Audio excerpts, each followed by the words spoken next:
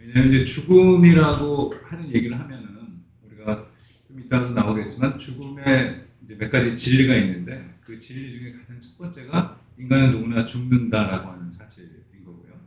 근데 인간은 누구나 죽는다는 사실을 우리는 알고 있지만 실제 우리는 그것을 나의 죽음으로 잘 생각하지 않기 때문에 우리가 살아가는 동안에 죽음을 생각한다면은 조금 더 다르게 살 수 있을 텐데 그래서 저 끝에 있는 죽음을 이제 우리 앞에다 이제 데려다 놓고서 그리고 죽음을 성찰하면서 오늘 우리가 사는 삶을 어떻게 살 것인가 이거를 얘기하는 것이 사실은 죽음 교육이고요. 그리고 이제 죽음에 대한 그 진리를 그렇게 인간은 누구나 죽는다라고 생각을 하면 이제 반대로 역으로 생각하면은 인간은 누구나 사랑하는 사람이 잃게 돼 있다라고 하는 사실도 하나의 진리라고 볼 수가 있습니다. 여러분은 이미 누군가를 잃으셨거나 또 앞으로 잃게 될 것입니다. 그렇기 때문에 그 이후에 겪는 이제 사별 애도 과정 이걸 어떻게 보내야 되는가 그리고 누군가가 우리 곁에서 사랑하는 사람을 떠나보냈을 때 그분들을 어떻게 위로할 것인가 이 차원을 얘기하는 거. 그래서 죽음 준비 교육에 있어서 가장 큰 축은 그 두 가지다라고 보는 겁니다. 죽음을 생각하면서 나의 삶을 성찰하는 것, 사별, 죽음 이후에 겪게 되는 애도 과정을 돕는 것, 이 두 가지로 볼 수가 있습니다. 그래서 오늘 크게는 크게 이제 두 가지 얘기를 할 텐데 이 2시간 동안 이 얘기가 다 될지는 모르겠습니다. 제 예상으로는 안 될 것 같습니다. 그래도 제가 많은 분량을 이제 준비를 해서 반은 죽음, 반은 애도 이렇게 두 가지로 나눠봤습니다. 현대 사회에서 죽음에 대해서 여러분들 어떻게 생각을 하시는지 아까도 얘기 나누면서 그런 비슷한 얘기가 있었던 것 같아요. 현대 사회에서 죽음이란 무엇이냐? 현대 사회에서 우리가 이제 죽음을 사실 볼 수가 없습니다. 죽음 자체가 사실은 내가 죽는 것을 경험할 수가 없기 때문에 그렇죠? 우리가 살아가면서 할 수 있는 경험들은 우리는 다 경험할 수 있어요. 뭐든지 한번 해보고자 하면은 다 경험할 수 있지만 죽음만은 내가 직접 경험할 수 없는 겁니다. 그렇기 때문에 우리는 죽음이 있다는 것을 아는 것조차도 다른 사람의 죽음을 통해서 죽음을 알게 되는 거죠. 그래서 현대 사회에서 죽음을 본다, 죽음을 본다. 이거는 사실 거의 쉽지가 않습니다. 의료계에서 일하는 사람들 아니면은 예전에 이제 목사님들 같은 경우에는 이 염습을 직접 시골에서는 다 했었죠.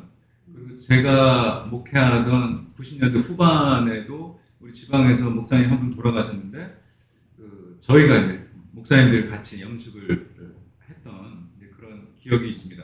그런데 지금은 죽음을 볼 수가 없다. 여러 가지 이유가 있는데 첫 번째는 핵가족화로 인해서 우리가 죽음을 가정에서 볼 수가 없는 거예요. 예전에는 조부모의 죽음을 볼 수가 있었는데 죽음을 볼 수 없죠. 게다가 요즘에 저는 장례식장을 많이 가는 편인데 장례식장에 어느 때 가보면은 애들이 없어요. 가족 중에 애들이 없어요. 그러면 실제로 물어봅니다. 그러면은 어디 갔냐 그러면은 공부하러 갔다 그래요. 장례 기간 중에도 조부모의 죽음들이 얘기하겠죠. 부모가 죽었는데도 그럴까요? 모르겠습니다. 근데 조부모의 죽음에도 아이들이 이제 공부하러 집에서 진짜 공부를 하는지는 모르겠습니다만 그렇게 세대 간의 접촉이 줄어들고 죽음을 목격할 수 있는 기회가 적어졌다. 그리고 도시 집중 아파트 거주. 그렇죠? 통계적으로 보면은 이제 가정에서의 죽음이 지금 확 줄었습니다. 제가 32년 전에 아버지가 돌아가셨는데 그때 그냥 집에 계셨어요. 르게릭으로 서서히 죽어가고 계셨던 아버지가 어느 날 돌아가시게 됐을 때 그때도 그냥 뭐 병원에 갈 생각도 안 했어요. 집에 돌아가시니까 자연스럽게 돌아가시고 장례는 집에서 했습니다. 그게 자연스러웠던 시대였는데 이제는 병원 장례식장이 그런 이제 장례를 도맡아서 하게 되는 죽음의 하나의 상업화라고 저는 생각을 생각을 합니다. 아파트에서 그런데 장례를 치른다. 그것도 쉽지 않습니다. 예전에 김열규 박사님이 메멘토 모리라는 책을 썼는데 그 책을 보면은 본인의 이제 퇴근해서 집에 도착했는데 예전에 이제 아파트에 곤도라라는 게 있었습니다. 곤도라에서 구가 내려오고 있었다는 거예요. 관이죠. 근데 시신이 들어가면 이거 구라고 하니까 이제 구가 내려오고 그걸 보면서 이 국문학자였던 김열규 박사님이 기겁을 했다라고 하는 표현을 책에 쓴 거를 봤습니다.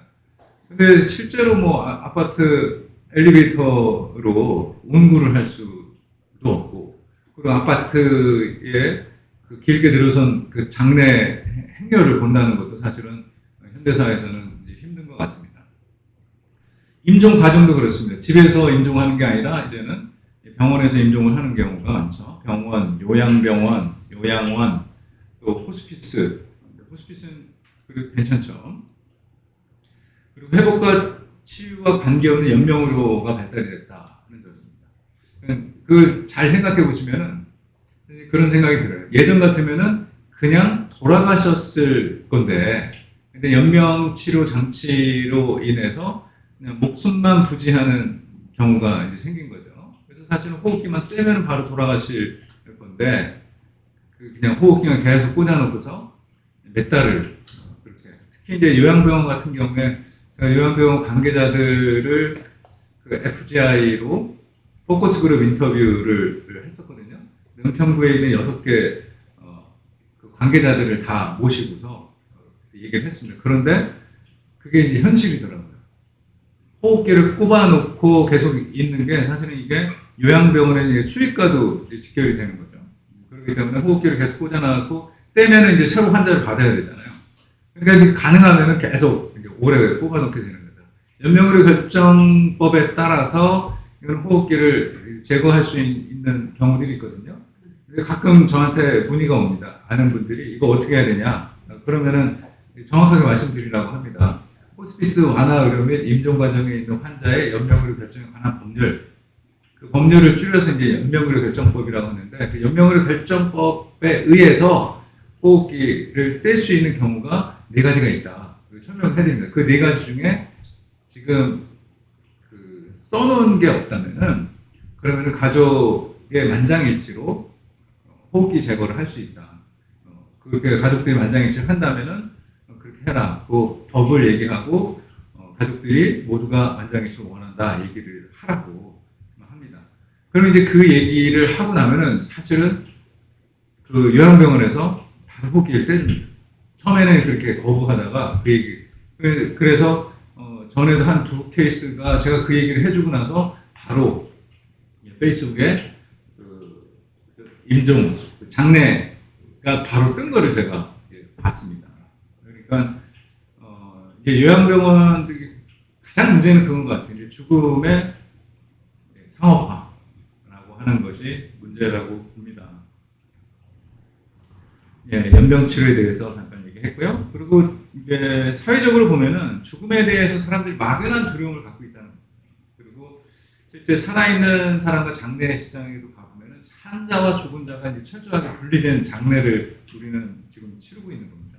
예전에 저희 아버지가 돌아가셨을 때는 그냥 그 안방에 병풍을 쳐놓고 시신을 병풍 뒤에 그리고 그 장례 공간이 산 사람과 죽은 사람이 함께 공존하고 있는 그런 공간이었는데 이제는 이제 분리되어 있죠. 그리고 현대사회에서 죽음은 숫자로만 우리가 이해할 수가 있습니다. 여러 제가 예를 들 수가 있는데 뭐 시간 관계상 제가 조금 다른 예들은 좀 지나가도록 하겠습니다. 코로나 시기의 죽음 그리고 죽음에 대한 두려움.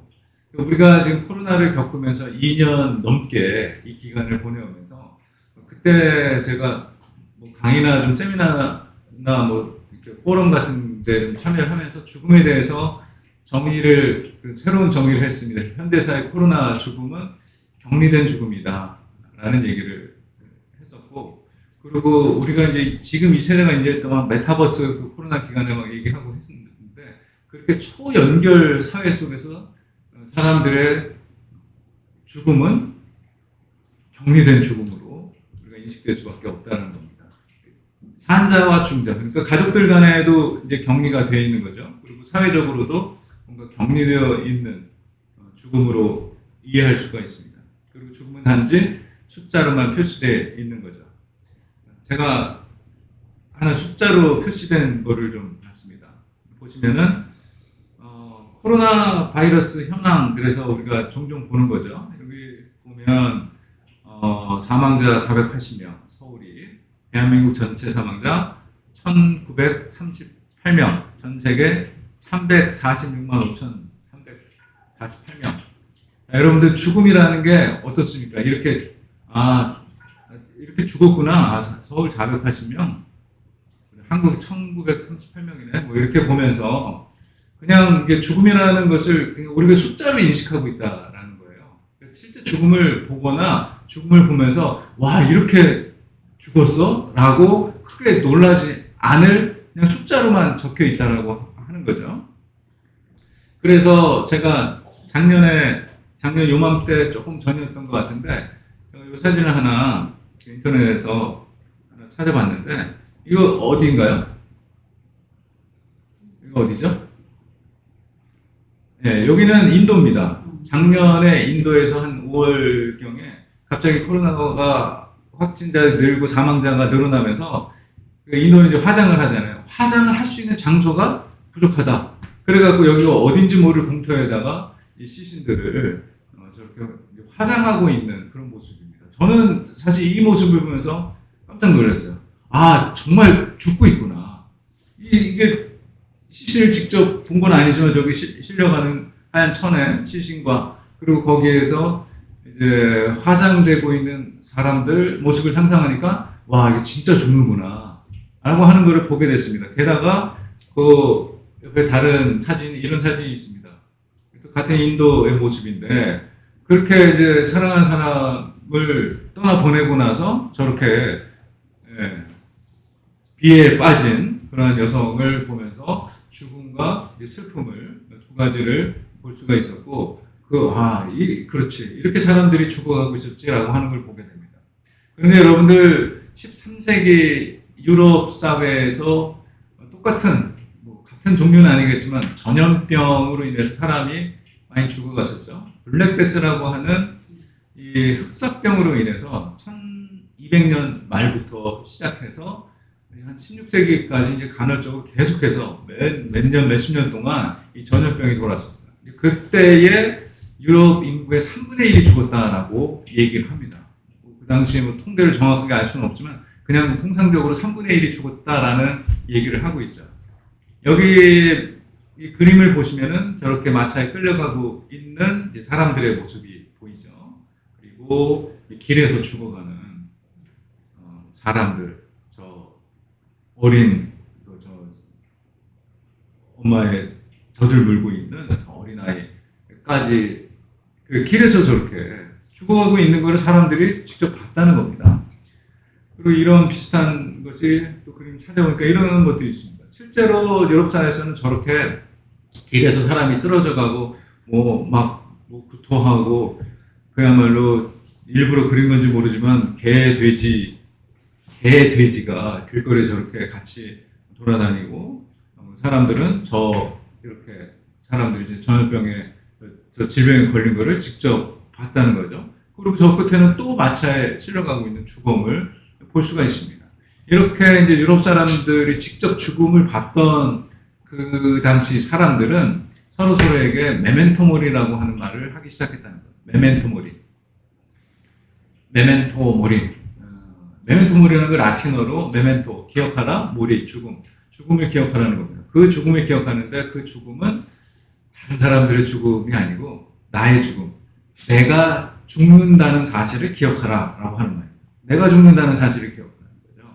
그러니까 아까 제가 서두에도 말씀드렸지만 우리는 죽는다는 걸 알아요. 그렇지만 그 죽음은 내 죽음이 아니고 다른 어떤 누군가의 죽음으로 생각을 하고 있다는 거죠. 그렇지만 내가 죽는다는 것을 기억하라라고 하는 이 말을 통해서 사람들은 서로에게 어떻게 대해야 하는지에 대해서 알 수 있었다는 거예요. 여기 이제 가장 중요한 가치가 그런 거겠죠. 사랑이나 감사 이런 이제 표현들에 대해서 얘기하고 우리가 언제 죽을지 모르니 그 언제 죽을지 모르는 그 시한부적 종말론적 삶을 살아가고 있었던 이 유럽 사람들에게 있어서 그 메멘토모리라고 하는 것은 서로의 자신들의 삶에 대한 인식을 바르게 해줄 수 있는 그런 말이 있었던 거죠. 그래서 실제로 보면요, 이 미술사에는 메멘토모리 작품이라는 게 실제로 나옵니다. 메멘토모리 작품. 그래서 메멘토모리 작품에는 저렇게 해골이 등장을 합니다. 전신 해골, 스켈레톤이죠. 등장을 하게 됩니다. 죽음을 상징하고 있습니다. 죽음을 상징하고 이 그림만 보더라도 길을 가고 있는 한 여인에게 죽음이 끌어당기죠. 이제 같이 가자라고 얘기를 하고 있는 거죠. 여인의 표정을 보면은 제가 놀랍습니다. 저렇게 안 놀라고 있는 모습을 보니까. 그런데 뭐 상상을 해보면은 이 당시에는 사람들이 죽음을 많이 봤었기 때문에 크게 놀라지는 않았어요. 이게 메멘토모리 작품이라고 하는 거는 우리가 일상을 살아가는 우리의 삶 속에서 죽음이 공존하고 있다는 사실을 사람들이 이미 인식을 하고 있다는 거고, 그 안에서 죽음이 나를 끌어당길 때에 이분은 아직 아니다, 준비가 안 됐다, 이제 팔 제스처를 하고 크게 놀라지 않았지만 일상에서 벌어지고 있는 이 죽음의 그 현존, 공존에 대해서 얘기를 하고 있죠. 제가 메멘토모리 작품으로 그 영어로 메멘토모리, 그 픽처 이런 것들을 이제 검색을 하면서 이제 찾은 거고, 거기에 있는 이제 해설들을 좀 보면서 여러분들에게 좀 나눠 보여드리는 겁니다. 이것도 제가 좀 크게 좀 보려고, 원래는 그 아래위가 또 있어요. 근데 제가 좀 잘랐습니다. 그리고 중요한 부분을 이렇게 확대를 했는데, 보면은 여기도 메멘토모리 작품입니다. 해골이 있죠? 전신 스켈레톤이 있고, 그리고 좀 뭔가를 하고 있습니다. 뭘 하고 있죠? 이 죽음이, 여러분 자세히 아마 보이실 겁니다. 죽음이 지금 뭘 하고 있는지. 배의 키를 조정하고 있는 것 같은 그런 느낌입니다. 근데 그렇게 보이는데 사실은 그건 아닙니다. 잡고 있는 게 뭔가가 이제 중요한 거죠. 배의 키가 아니라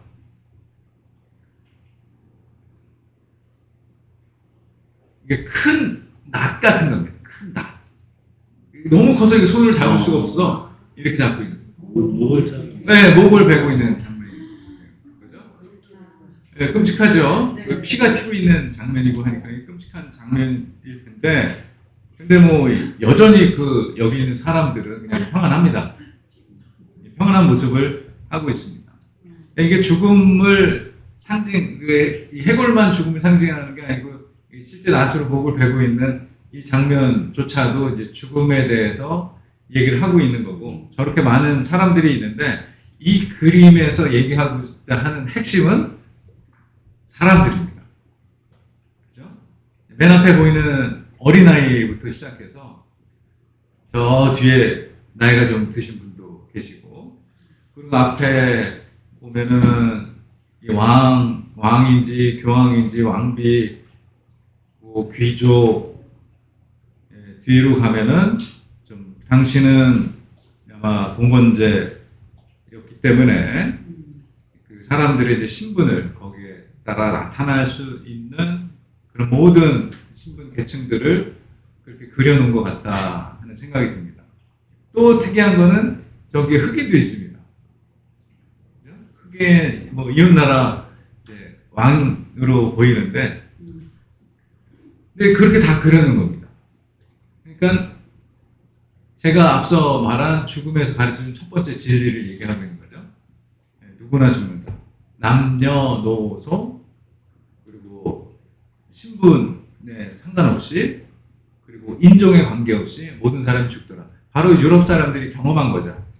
그래서 이 죽음이라는 것을 보니까 와, 이거 다 죽네 라고 하는 거를 얘기하고 있는 메멘토모리 작품이라고 볼 수 있습니다. 그러고 나서 16세기가 지나면서 그림의 형태가 좀 바뀌었습니다. 이거는 이제 바니타스 작품이라고 얘기합니다. 바니타스는 우리가 너무나도 잘 아는 성경에도 등장하는 얘기입니다. 전도서에 나오는 얘기 중에 가장 많이 나오는 말이 있다면 바니타스. 이렇게 얘기합니다. 성경은 바니타스, 바니타스, 바니타스, 바니타스.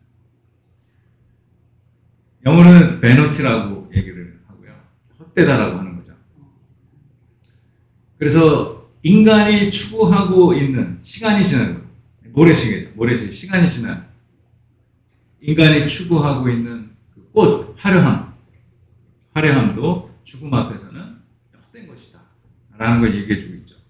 아마 여러분들 인터넷에 바니타스 작품을 한번 쳐보시기 바랍니다. 그러면은 이거는 이제 대표적인 그 전형적인 정부라고, 이거 외에도 제가 봤던 거는 무슨 그 돈이라든가 그리고 뭐 보석류가 화려하게 돼 있는데 저 끝에 해골이 하나 있는 거예요.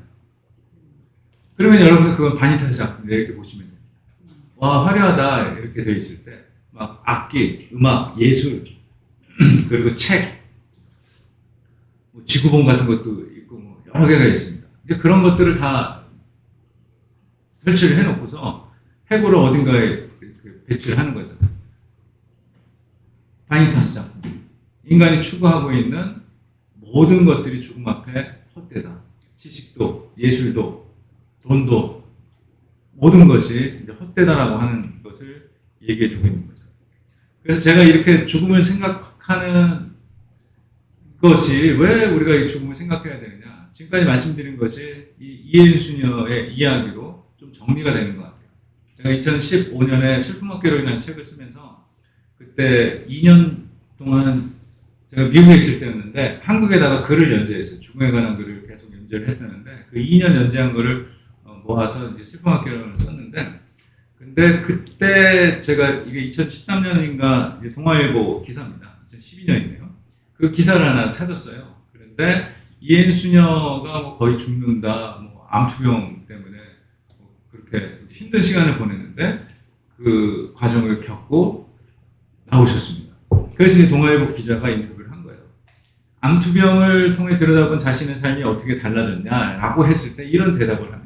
삶에 대한 감사가 더 깊어진 것, 주변 사람에 대한 사랑이 더 애틋해진 것, 사물에 대한 시선이 더 예민해진 것, 습관적으로 해오던 기도가 좀 더 새롭고 간절해진 것이다 말하고 싶네요. 죽음을 우리가 지금 계속 얘기하는 것은 바로 우리는 삶에 대한 얘기를 사실 하고 있는 건데, 그래서 그 죽음을 경험했던 이해인 수녀는 와, 거의 이제 죽었다고 했는데 살아났어요. 그러고 보니까 감사, 삶에 대한 감사, 다른 사람들에 대한 사랑, 그리고 모든 사물에 대한 시선이 예민해졌다고 그랬잖아요. 우리가 그전 같으면 그냥 지나쳤을 어떤 사물들이 새롭게 보이고 민감하게 다가오고 하는 거죠. 그리고 기도하는 것, 습관적으로 해왔던 기도들이 있었다면 그 한순간 한순간 기도하는 그 기도가 또 간절해진 것이다 라는 얘기를 통해서 이제 죽음을 겪은 죽음의 끝에까지 한번 가봤던 그분이 얘기하는 것, 이것이 바로 우리가 죽음에 대해서 생각하고 얘기하고자 하는 큰 이유라고 볼 수가 있는 겁니다. 앞서 얘기했던 것과 연결해서 보면은 죽음의 3대 진리, 인간은 누구나 죽는다. 두 번째는 언제 죽을지 모른다. 그렇죠? 언제 죽을지도 모르죠. 어디서 죽을지 모른다. 제가 사진들을 이렇게 떠났는데, 첫 번째 사진은 저희 호스피스, 저희 재단에 무지개 호스피스가 있는데, 호스피스에서 저희가 한 5년 가까이 호스피스 활동을 해온 것 같아요. 자원봉사자 교육을 하고 자원봉사자들 배치까지 하면서 우리가 한 15년 전까지만 해도 가정호스피스였어요. 방문해서 하는 거. 지금은 이제 가정호스피스가 정부에서도 공식적으로 가정호스피스를 합니다. 입원형, 그다음에 자문형, 가정형 이렇게 해서 시범사업이 다 끝나고 작년부터는 본격적으로 가정호스피스까지 하거든요. 그러니까 가정에서 호스피스를 하면은 그냥 집에서 편안하게 통증 조절만 하시면서 집에 있을 수가 있습니다. 근데 이 사진에는 저희가 병동에 가서 봉사하는 거, 그다음에 또 가정에서 이 세례를 주고 있는 장면이 있잖아요. 이 사진은 한 15년 된 사진입니다. 우리가 가정 호스피스 하고 있을 때, 그때 제가 유학 가기 전이었는데, 그때 저희 재단에 전화가 와서 이 돌아가실 분이신데 세례를 받고 싶다 그래서 저희 재단에서 서울 그 근처에 있는 교회 목사님한테 연락을 해서 부탁을 해서 그때 가정에서 찍은 사진이고요. 이 상품백화점 사건은 뭐 우리나라 6.25 사건 이후에 단일 사건으로는 가장 많은 사람이 죽은 사건이라고 합니다. 502명이 죽은 그런 사건인데 이제 언제 죽을지 모른다.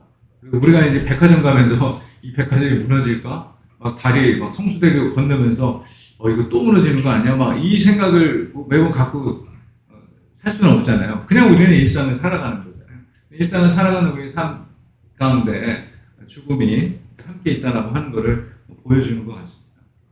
근데 어디서 죽을지 모른다라고 하는 거는 사실 저는 여러분들이 어디서 죽을지 사실 저는 알아요. 제가 예언을 할 수 있습니다. 여러분들 중에 한 8명 정도는 병원이나 요양병원에서 죽게 될 것입니다. 그 정도까지만 제가 예언할 수가 있습니다. 근데 사실은 제가 강의를 하면서 특히 이제 어르신들 강의를 제가 종종 나가거든요. 지금도 그 경기도에서는 인생노트 사업이라는 걸 하고 있어요. 그래서 경기도에 있는 아주 뭐 많은 그 기관들의 인생노트 경기도에서 지원을 해서 인생노트 사업을 하고 있는데 저희 재단에서 그 인생노트 하는 그 사업하는 노인복지관 중에 한 5군데를 저희가 관여를 하고 있어요. 저희가 프로그램을 제공해주고 있는 거죠. 근데 그 중에 한 군데는 제가 직접 강의를 가게 됐어요. 보통 제가 노인복지관 강의를 안 가거든요. 왜냐면 저희 강사들이 할 일이라 그러는 생각을 하는데 한 복지관에서는 꼭 저한테 와서 해달라고 얘기를 해서 제가 직접 한 7강, 15강 중에서 7강을 프로그램이죠. 강의와 프로그램을 제가 진행을 하고 있는데 어르신들한테 물어보면 여러 가지 이제 많습니다. 어디서 죽을 거냐? 대부분 90%는 다 집에서 죽고 싶다고 하는 거죠. 그리고 인생 노트에서 뭐 인생 성장 곡선 그리기 막 이런 작업도 하거든요. 근데 그분들하고 그걸 작업을 하다 보면은 제가 묻습니다. 여러분 혹시 어느 때가 가장 좋았던 때였고 어느 때로 한번 돌아가 보고 싶으냐 묻습니다. 그런데 그 대답에 저는 놀랐습니다. 한 10분 정도가 계시면은 그 중에 대답하시는 분들 중에 한 5, 6분이 그런 얘기를 하더라고요. 왜 돌아가? 그 힘든 시간을 왜 돌아가? 지금이 황금기야. 그렇게 얘기를 하십니다. 지금이 황금기를. 건강만 하면 지금이 제일 좋대요. 이제 어려움을 겪었던 분들은 더더욱 그런 것 같아요.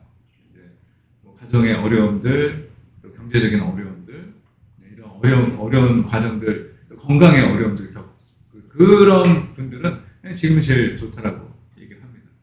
그렇죠. 안 그럴 것 같죠. 그분들 언제로 돌아가고 싶냐, 뭐 20대로 돌아가고 싶다, 아니면 뭐 40대 어느 순간으로 돌아가고 싶다, 그렇게 얘기할 것 같은데, 실제로 그렇지 않은 거를 발견을 했습니다. 물론 그게 뭐 통계 자료는 아니기 때문에 제가 직접 물어본 경험이기 때문에 실제 뭐 통계로 해서 그 어느 시에 뭐 어느 몇 명을 어느 정도 그 교육 수준인 사람들 뭐 그런 거를 하자면 다르게 나올 수도 있습니다만 제가 이제 주관적으로 경험한 거로는 그렇습니다. 여러분들은 어디서 죽음을 느꼈어요? 예. 집이라고 얘기하는 사람이 많은데, 근데 제가 여기 이제 통계 자료를 보면 제가 2014년 통계를 먼저 봤었어요. 제가 2014년 통계 이후로 매년 죽음 통계를 봅니다. 근데 제가 책을 쓸 때 2015년 슬픔학교로 나오기 전에 이 통계를 한번 보고 싶었어요. 그래서 2014년에 보니까 여기 이제 80%라고 하는데 실제로 뭐 79점 몇 %였고요. 그리고 제가 이게 너무 놀란 거예요. 아까도 말씀드린 저희 아버지가 집에서 그냥 돌아가시고 그때 자연스러웠고 그 당시에 제가 고등학교 때, 대학교 때까지만 해도 그래요. 이게 저희 집이 이제 주택가에 있었는데 그런데 누가 돌아가시면은 그 등 달잖아요. 그 등을 단 거를 여러 번 또 봤었고 그런데 이게 2014년이 됐는데 이렇게 많은 분들이 그냥 병원에서 죽는다고? 그래서 제가 10년 전 통계를 다시 찾아봤어요. 딱 10년 전 통계를 찾아보니까 그 당시만 해도 주택이 39%죠. 의료기관 46%. 거의 뭐 이제 반반 정도가 된 것 같아요. 근데 제가 이러고 나서 이제 한국에 와서 이 통계가 어떻게 됐는가, 진짜 그런가? 뭐 통계를 막 찾아보기 시작했는데, 이런 통계 자료가 이제 인터넷에 있는 걸 발견을 했습니다. 보니까 이거는 20년을 비교한 거예요. 1991년부터 2011년까지를 보니까, 아까 제가 말씀드린 2003년, 4년이 분기점이 딱 됐던 거예요. 가정에서 죽음과 병원에서 죽는 비율이 거기서 딱 갈라졌던 거고, 저희 아버지가 1990년에 돌아가셨는데 그때가 가정이 74%예요. 그냥 뭐 자연스럽게 가정에서 돌아갔던 거죠. 그러면은 의료기관 이제 15%라고 했으니까 그럼 나머지 뭐 적어도 그냥 몇 프로만 사고로 밖에서 길에서 죽은 객사였겠죠. 근데 2011년만 해도 그게 거의 크로스가 돼서 68%가 의료기관에서 사망을 한 걸 볼 수 있고, 지금 현재 통계로 보면 한 78% 정도가 병원, 요양병원, 호스피스까지 포함해서 의료기관으로 쳐서 그렇습니다. 그래서 우리가 이제 집에서 죽기도 힘들다는 거예요. 의사들, 제가 이제 가깝게 지내는 의사들 저희 재단에 강의도 하시고 하는 분도 계시고 해서 물어보고 그분들 강의 들어보면 요즘에 본인도 그걸 느낀다는 거예요. 왜 병원으로 오냐는 거예요. 집에서 죽어도 되는데 이제 돌아갔을 때가 되면 병원으로 급히 옮긴다는 거예요. 예전 같으면 의사들은 그 반대로 얘기했다는 거죠. 가망이 없습니다. 그냥 집에 가서 계시다. 저희 아버지가 그런 거죠. 그렇게 됐었는데 지금은 이렇게 많이 달라졌다라고 하는 걸 볼 수가 있습니다.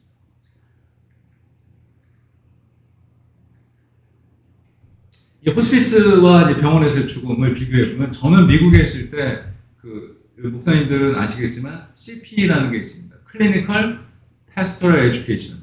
이 CP라고 하는데 이제 병원이나 호스피스에서 임상 목회 경험을 하는 겁니다. 저는 미국에서 이 CP를 4개를 했습니다.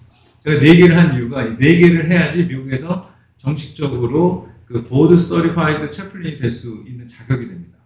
그래서 저는 미국에서 그냥 병원 일을 하면서 살아야겠다 생각을 하고서 4유닛까지 다 이제 마쳤는데, 첫 번째는 호스피스에서 했고 나머지 3개는 같은 병원에서 했습니다. 그래서 총 이게 400시간씩 1600시간을 하는 거예요. 아침 9시부터 시작해서 5시 반까지, 5시까지인가? 그렇게 해서 풀타임으로 병원하고 호스피스에서 일을 하는 겁니다. 호스피스에서 3개월 하고 있는 동안에 보니까 저는 그 호스피스 경험이 저에게 너무 귀한 경험이었습니다. 미국 가정들을 방문하는 거죠. 가정 호스피스니까. 미국 호스피스는 95%가 다 가정 호스피스입니다. 병도 뭐 외래로 갔다 왔다 하는 건 있겠지만 병동을 갖추고 있는 데가 별로 없습니다. 다 가정 호스피스를 하고 있으니까요. 그래서 제가 가정들을 방문하면서 뭐 여러 사람들을 만나면서 야, 정말 이 호스피스가 중요하고 이 말기 돌봄에 있어서 이걸 해야 된다. 우리나라도 지금 가정 호스피스 시작했다 그랬잖아요. 근데 아직 이용률이 적습니다. 그리고 우리는 가정 호스피스 말고 호스피스 기관들이 있었어요. 뭐 가까운데 뭐 예전 오래된 데들 있죠. 용인에도 그 호스피스 있잖아요.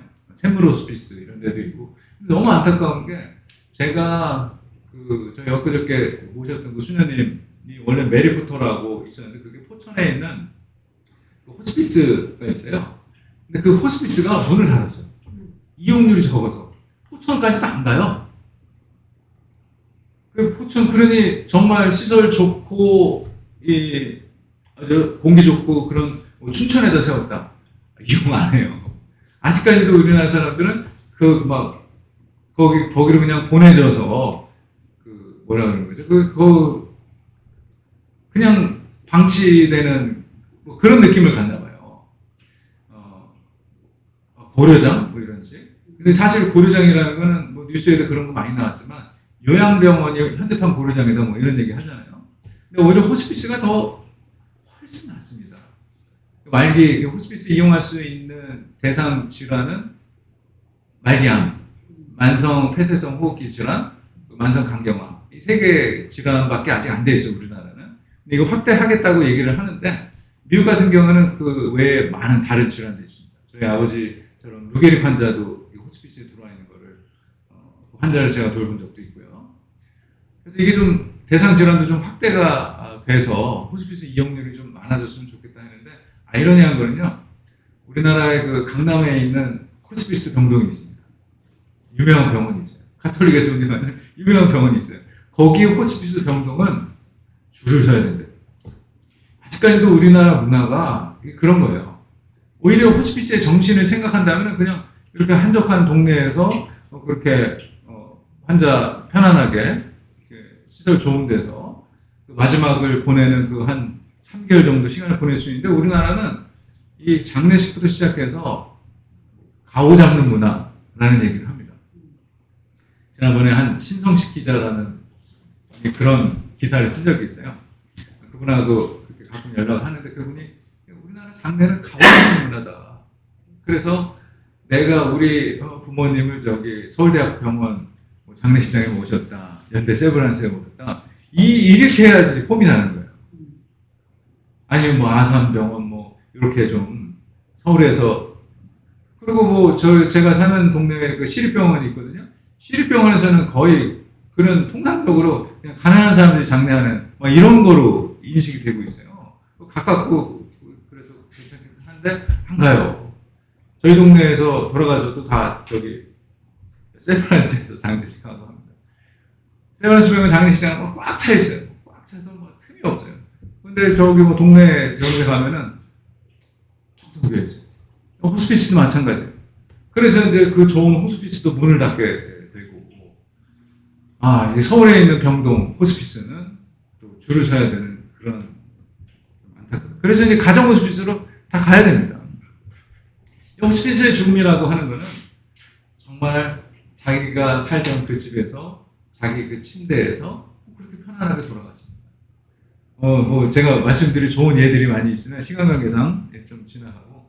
근데 병원에서 죽을 때는 어때요? 병원에서는 저는 여러 환자들을 많이 봤죠. 임종하는 환자들도 많이 보게 됩니다. 임종하는 환자들을 많이 보면 저희가 온콜 하게 되면 이제 채플린이 한국으로 얘기하면은 병원 원모 같은 역할을 하죠. 병원의 스텝이죠. 우리나라랑 좀 개념이 좀 조금 달라요. 우리나라 원목들 같은 경우에는 그냥 교회에서 파견해가지고 들어가서 그렇게 하는데 미국 병원은 미국 병원에서 월급을 받고 스텝으로서 그렇게 활동을 하게 되죠. 그러면은 온콜을 하게 되면 이 스피리추얼 케어, 영적 케어하는 이 원목들에게 죽는 사람이 있으면은 꼭 연락을. 특히 이제 응급 환자 중에서 인튜베이션 환자라고 하면 인튜브라고 하죠. 그래서 이거를 인공호흡기 착용이죠. 튜브가 안으로 들어가서 이제 폐와 직접 연결이 돼서 인위적으로 호흡을 하게 됩니다. 자가호흡이 없을 때 그렇게 되죠. 근데 보통 인튜브되어 있는 분들이 익스튜베이션이라고 얘기하는데 튜브를 뺄 때 채플린이 늘 가요. 그러면은 저는 늘 가면은 뭐 익스튜베이션 환자다 그러면은 늘 그 종교를 일단 확인하고 종교에 따라서 기독교이냐 카톨릭이냐 불교이냐에 따라서 그 을의 양식은 이제 예식문을 다른 걸 갖고 갑니다. 그리고 이제 보통 기독교인 같은 경우에는 돌아가시는 분 그 튜브 빼는 동안에 제가 성경 구절을 읽는 겁니다. 주로 시편 23편을 많이 읽어드렸어요.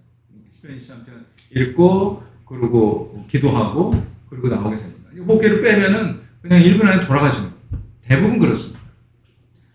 그런 이제 인투베이션 환자들이라든가 아니면 제가 심폐소생술하는 환자를 한번 본 적이 있는데 이게 저는 이거 보면서 큰 충격에 빠졌습니다.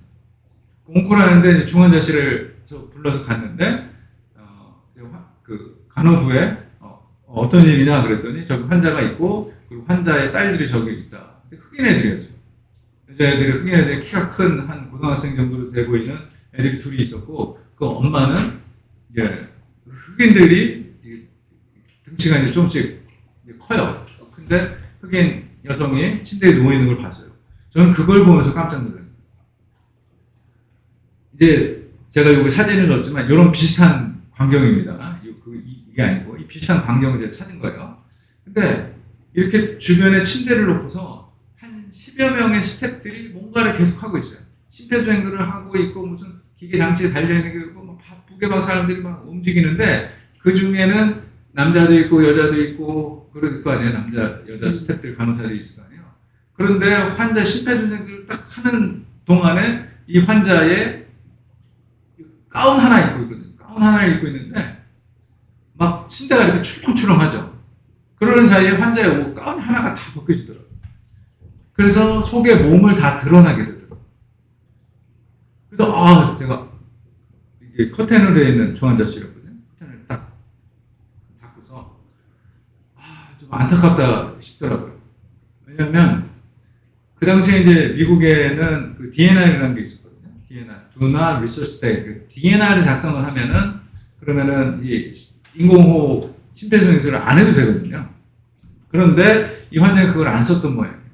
그러니까 그렇게 하다가 결국에 제가 그 딸들 둘에 물어봤어요. 너 혹시 종교가 뭐냐? 그랬더니 자기는 서든 베프티스트라고 그러더라고요. 그래서 그래, 그럼 기독교구나. 그러면 지금 우리가 지금 할 수 있는 일은 같이 기도하는 것밖에 없겠다. 어머니를 위해 같이 기도하자. 그래서 그 아이들과 같이 이제 기도를 했어요. 그러고 끝났는데 의사가 옵니다. 그리고 어머니가 돌아갔다는 얘기를 바로 하게 됩니다. 그래서 저는 이거 너무 안타깝다. 왜 저렇게 마지막에 저렇게 보내야 되는가라는 생각을 했는데 제가 그 인터넷에서 찾은 이 뉴스 기사에는 이런 게 있습니다. 이분이 그래서 81세 할머니입니다. 이 81세 할머니가 자기 몸에다 문신을 한 겁니다. 여기다가 Do not resuscitate. 심폐소생술 하지 마라. 이렇게 문신을 해놓은 거예요. 그래서 이분이 왜 그러냐면 혹시 내가 그 응급한 상태, 내가 임종기에 응급한 상황이 생기더라도 나 그냥 죽게 내버려달라 이 얘기입니다. 그래서 영어로 된 거를 보면은 Rest in peace, Rest in가 그 평화롭게 그 죽음을 맞도록 해준다 이런 얘기고 그랜드 태투, 그랜드 하면은 이제 할아버지 할머니요. 할아버지 할머니 이 할머니의 타투가 tells 닥터들을 얘기하는 닥터들에게 말해준다. To let her die, 그냥 죽게 내버려도 이 얘기를 하고 있죠. 빨간 거 이렇게 표시된 것만 볼게요. 그럼 이분은 죽음에 대한 위시가 없다는 겁니다. I don't have a death wish 그러죠. I just don't want to be kept alive in pain. 고통 가운데 숨만 붙어 있게 하는 것은 원하지 않는다. 라고 이 기사에 얘기하고 있습니다. 이 조이 할머니는 그렇게 아마 이렇게 서식으로도 썼을 거예요. 그렇지만 그거로도 부족하여서 혹시 모를까 문신을 통해서 자기의 의사를 표현을 밝혀둔 것이죠. 이게 이제 제가 미국에서 일할 때 그 병원 캘리포니아 양식입니다. 그래서 이거를 뭐 한국에서는 AD라고 얘기하기도 하고 Advanced Healthcare Directive Kit라고 하죠. 그래서 나의 이제 소원을 얘기하는 거죠. 근데 이거는 좀 길어요. 우리나라는 단순하게 연명치료를 받을 거냐 안 할 거냐 이건데 여기는 이제 페이지가 한 12페이지 정도가 돼요. 그거를 채플린들이 이거를 이제 환자들에게 작성을 하게 합니다. 환자들이 원할 경우에. 왜 미국에서는 채플린들이 하냐? 병원 의료진 스태프들은 이거에 증인이 되어줄 수가 없어요. 이거 증인이 있거든요. 보면 끝에 가면 증인도 쓰고 파워 버튼이 그래서 그 대리결정권자까지 작성을 하게 되어 있거든요. 거기에 대한 증인을 서야 되는데 병원 스태프들은 의료적인 뭐 이렇게 뭐가 개입이 될 수 있다 뭐 그래서 절대 증인이 될 수 없고 채플린들만 이거를 증인으로 작성할 수 있기 때문에 이거를 작성하는 요령들 이런 것들 막 12페이지 정도 되는 거를 저희가 이제 숙제를 하고서 그걸 설명을 다 해드리고 합니다. 영국은 죽음의 질 지수 평가에서 늘 1위를 차지하고 있는데 여기서 영국에서는 좋은 죽음이라고 하는 게 무엇이냐라고 얘기할 때 굿데스, 익숙한 환경에서 존엄과 존경을 유지한 채 가족, 친구 등 사랑하는 사람과 함께 고통 없이 사망에 이르는 것, 그것을 좋은 죽음이라고 얘기합니다. 자, 익숙한 환경에서 가정이겠죠. 존엄과 존경을 유지한 채 자신의 의사가 반영이 되는 거죠. 그리고 아무리 죽어가는 육체라 할지라도 존중받을 그런 권리가 있는 거죠. 가족, 친구 등 사랑하는 사람과 함께 있어야 되는 거고 마지막에 고통 없이 사망에 이르는 것이다 라고 얘기를 합니다. 그거를 보면은 우리는 이런 모습을 상상할 수가 있습니다. 우리가 뭐 영화나 드라마에서 예전에 좀 봤던 장면일 수 있습니다. 저렇게 자기의 침대에 누워서 사랑하는 사람들, 익숙한 환경에서 사랑하는 사람들에 둘러 쌓인 채 마지막 좀 인사도 좀 나누고 손도 좀 잡고 그러면서 마지막에 돌아가시는 장면을 우리가 상상해 볼 수 있는 거죠. 이 정도 되면은 그래도 마지막에 좋은 죽음이라고 볼 수 있을 것 같은데요. 현대 사회에서 죽으면 어떠냐? 대부분이 이런 모습. 이렇게 이분은 지금 호흡기가 꽂아져 있죠. 그것이 바로 인공 호흡기가 착용이 되어 있는 상태고 다른 기계 장치들에 의존한 채 그리고 가족들과는 격리되어서 저렇게 있다가 보통은 이제 저 환자는 시간이 지나게 되면은 이게 뭐 윤리위원회 같은 게 모임을 하게 돼요. 저도 그리고 병원에 있을 때 윤리위원회 참석을 한 적이 있는데 그때가 되면 이제 가족들과 의료진들이 같이 얘기를 해서 호흡기를 뗄 거냐 말 거냐 하는 얘기들을 합니다. 그런데 제가 윤리위원회 참여를 해보니까 가족들의 의견들이 달라요. 다르게 되면은 결정을 못 하더라고요.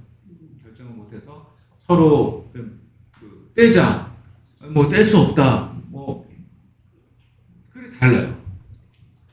이제 그 의사나 간호사나 또 채플린 의견을 또 이제 듣기도 하고 그러거든요. 저렇게 계시다가 저 호흡기를 딱 떼게 되면 돌아가시는 겁니다. 저기 호흡기를 뗄 때 이제 가족들이 몇 분이 옆에 이제 모이게 됐죠. 그리고 나면 제가 옆에 머리맡에서 성경 구절 읽어드리고 그리고 이제 호흡기 떼고 그리고 이제 돌아가시는 거예요. 죽음이란 무엇인가? 여러분들 이거 혹시 보신 적 있나요? 이게 꽃들에게 희망을이라는 그런 책인데 그림책. 이게 나비. 이게 제가 여기 사진이 몇 장 더 있었는데 그 꽃들에게 희망을 보면 그 애벌레가 막 이렇게 돌아다니잖아요. 돌아다니다가 막 뭔가 이렇게 막 쌓아 올려가는 걸 보고서 저게 뭔가 그러고서 가잖아요. 하다 보니까 막 서로 막 머리를 밟고 올라서고 막 그러다가 저 끝에는 뭐가 있을까 그래서 끝에 가다가 보니까 아무것도 없어요.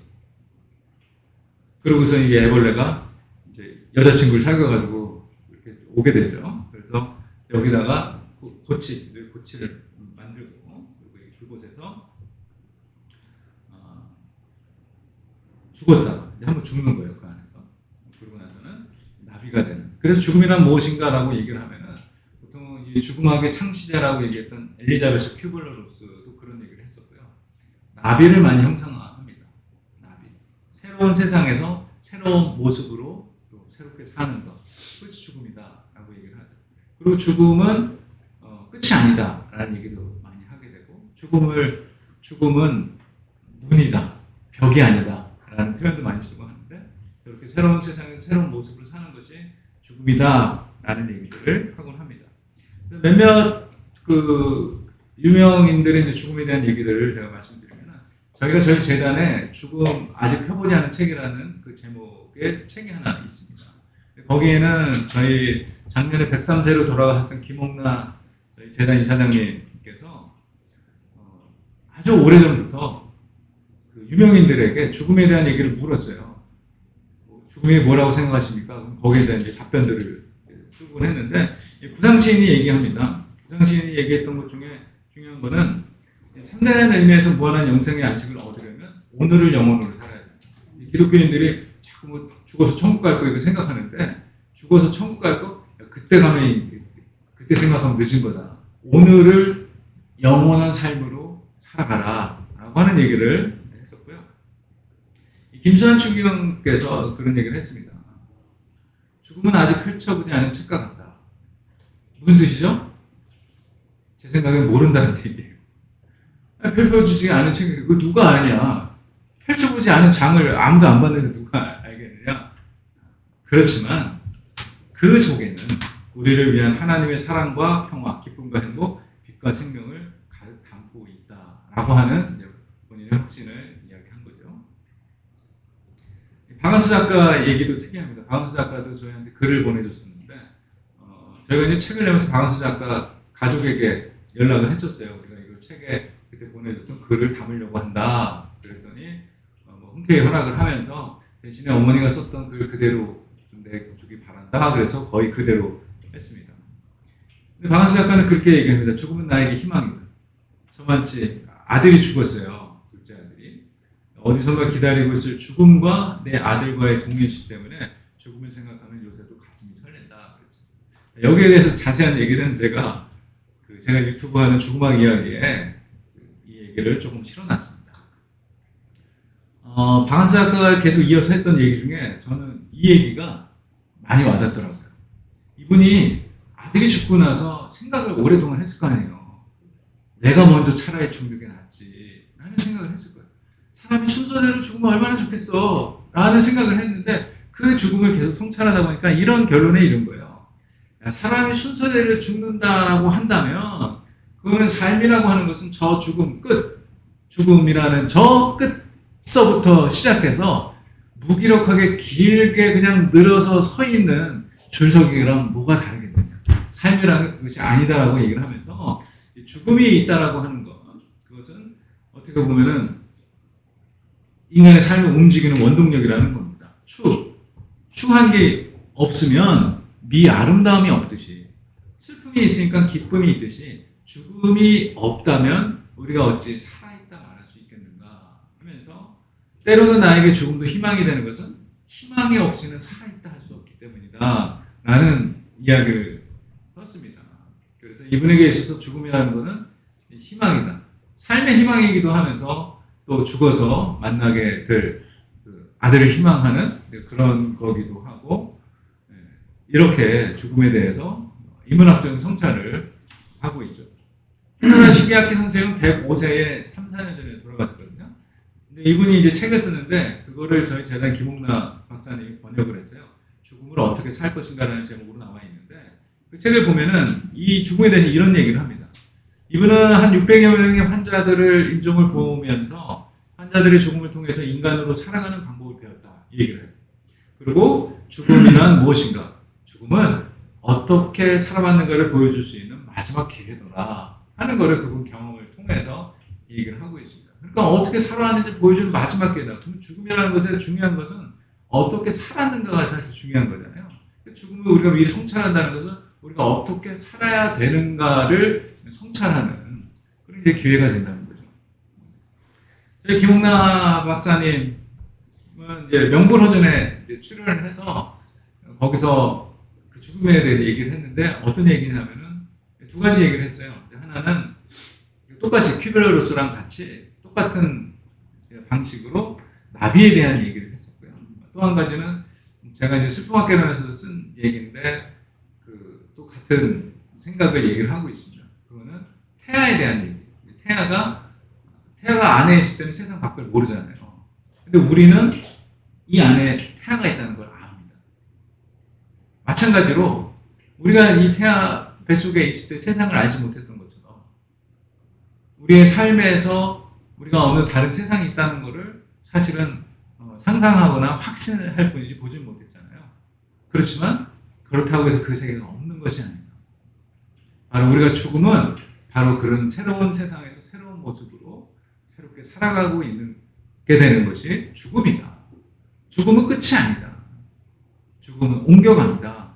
라는 얘기를 통해서 죽음에 대해서 얘기를 하고 있습니다. 죽음이 무엇이냐 사람들이 저에게도 물어봅니다. 저는 죽음은 선물이다 이렇게 얘기합니다. 세 가지 이유가 있는데 하나는 우리가 한 번 산다라고 하는 게 사실은 선물이잖아요. 두 번 살면은 두 번째 주는 삶이 선물 같을 것 같잖아요.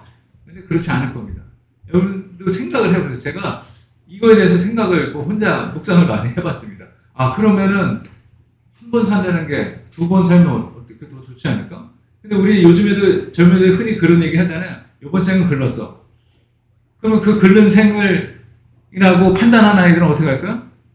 다음 생을 위해서 주저없이 죽음도 선택하게 될 수도 있습니다. 오늘 우리에게 주어진 한 번의 삶을 의미 있고 가치 있게 살아갈 수 있다라고 하는 것은 바로 삶이라는 것이, 죽음이라는 것이 단 한 번 우리에게 주어져 있기 때문에 우리가 삶이 있는 거고, 또 그 삶에 의미도 있는 거고, 그래야지 도덕도 있는 거고, 규칙도 있는 거고, 그렇게 잘 살아가려고 노력하는 거예요. 사람이 죽으려고 해도 안 죽어요. 계속 안 죽어. 그러면은 이거는 선물이 아니고 이건 저주입니다. 그래서 이제 여러분들 또 나름 성찰해 보시기 바라고요. 태어나는 것은 평등하지 않지만 죽음은 모든 인간을 평등하게 하는 단 한 번의 기회다. 저는 그렇게 생각을 합니다. 그래서 생각을 해봐서 어떤 분들이 그래요. 태어나는 것도 다 공평하게 태어난다 뭐 이렇게 얘기를 하지만 잘 생각해 보면은 태어날 때는 어떤 사람은 실버 스푼을 물고 태어납니다. 그렇죠? 다릅니다. 그러니까 죽을 때는 그 스푼들 다 모아가지고 무덤에 넣어봐야 그거는 이제 도굴꾼들의 이제 잔치가 될 뿐이지 않을까 생각을 합니다. 세 번째는 떠나는 자와 남겨진 자 사이에 줄 수 있는 마지막 선물이다. 저는 그렇게 생각을 하고 그렇게 믿습니다. 왜냐하면 제가 이제 경험을 했던 한 3년여간의 아버지의 그 루게릭 그 과정들을 보고 제가 뭐 크게 뭐 한 것도 별로 없습니다. 어머니가 고생을 많이 하셨는데 근데 그 과정들을 이제 보면서 저는 그 시간을 조금 더 잘 보냈으면 하는 좀 아쉬움들이 있어요. 그리고 또 한 가지는 그렇게 아버지가 이제 돌아가시고 나서 제가 그 과정 속에서 결심하고 했던 게 바로 그런 거였거든요. 이런 삶을 살리라라고 했던 그런 결심들이 오늘의 삶으로 이어졌던 것 같아요. 그래서 그것이 뭐 어떻게 보면 돌아가신 아버지께서 저에게 주신 어떤 선물이 아닌가 뭐 이런 생각을 좀 해봅니다. 네, 여기까지 이제 죽음에 대한 얘기를 해봤습니다. 시간이 뭐 어떻게 되는지 저는 알 길이 없습니다. 몇 시에 시작했는지 모르겠지만, 네, 이제 쉬고 시작하도록.